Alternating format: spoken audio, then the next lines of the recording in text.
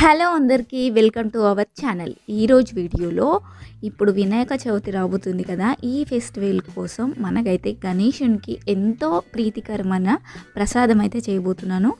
అయితే అండి మోదకాలు ఇదైతే టేస్టీ అండ్ సింపుల్గా మనం చేసేద్దాం.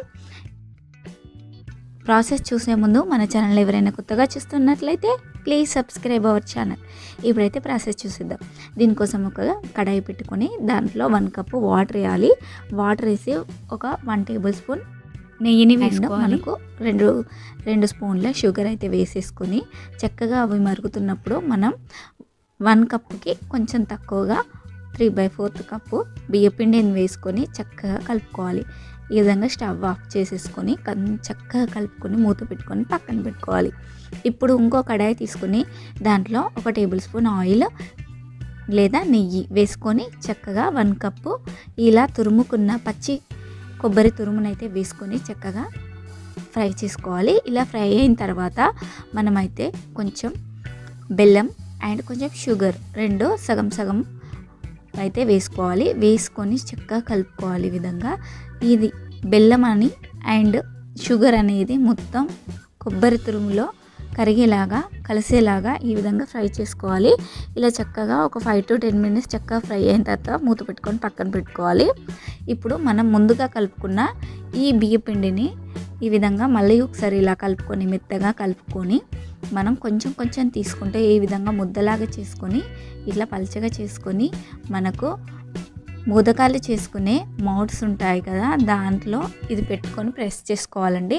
ఈ విధంగా 1 సైడ్ ఈ విధంగా పెట్టుకొని బియ్యపిండినంతా చక్కగా ప్రెస్ చేసుకొని మధ్యలో మనమైతే స్టఫ్ అయితే ఈ కొబ్బరి తురుము స్టఫ్ని అయితే ఈ విధంగా వీడియోలో చూపిస్తున్నట్టుగా పెట్టుకొని 2 సైడ్ల బియ్యపిండిని అయితే పెట్టుకోవాలి.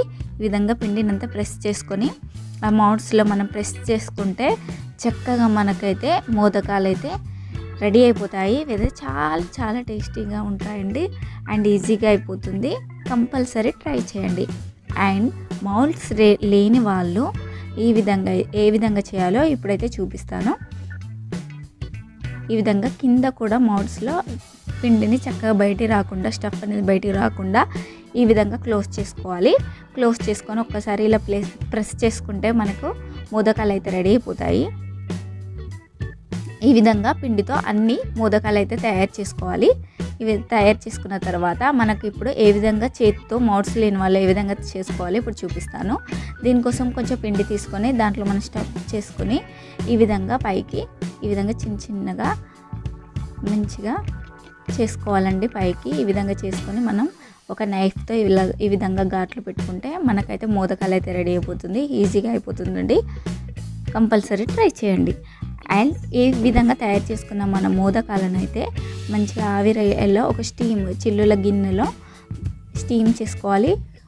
ఒక గిన్నెలో వాటర్ పోసుకొని మంచిగా స్టవ్ మీద పెట్టుకొని ఈ చిల్లుల గిన్నెలో మనం తయారు చేసుకున్న మోదకాలు పెట్టుకొని చక్కగా ఒక 5 to 10 minutes అయితే ఉడికించుకోవాలి. ఇలా ఉడికించుకుంటే మనకు ఎంతో టేస్టీ అయిన గణేశునికి ఎంతో ప్రీతికరమైన మోదకాలు అయితే రెడీ అయిపోతాయి. ఈ విధంగా ఒక 1/2 అవర్లో అయితే మనం కావలసిన మోదకాలు అయితే తయారు చేసుకోవచ్చు.